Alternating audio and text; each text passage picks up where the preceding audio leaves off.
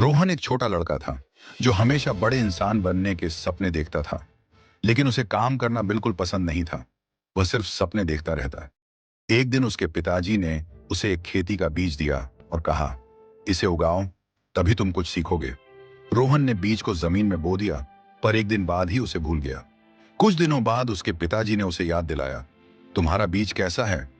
रोहन दौड़ कर गया और देखा, बीज वहीं का वहीं पड़ा था, बिना उगे। पिताजी ने कहा, बेटा, बीज उगाने के लिए रोज पानी और देखभाल जरूरी है। सिर्फ सपना देखने से कुछ नहीं होता। रोहन समझ गया कि सिर्फ सपना देखना काफी नहीं है, मेहनत भी करनी पड़ती है। उसने रोज बीज को पानी दिया, धूप से बचाया और ध्यान रखा। धीरे धीरे छोटी सी पौध निकलने लगी, जो रोज और बड़ी होती गई। कुछ महीनों में वह एक हरी भरी मजबूत पौध बन गई। रोहन को अब समझ आ गया था कि जैसे पेड़ उगाने के लिए मेहनत और धैर्य चाहिए, वैसे ही जीवन में कुछ भी पाने के लिए मेहनत करनी पड़ती है। अब वह अपने सपनों को पूरा करने के लिए सिर्फ सोचता नहीं था, बल्कि मेहनत भी करता था। धीरे धीरे उसकी पढ़ाई में भी सुधार आने लगा और वह और मेहनती बन गया।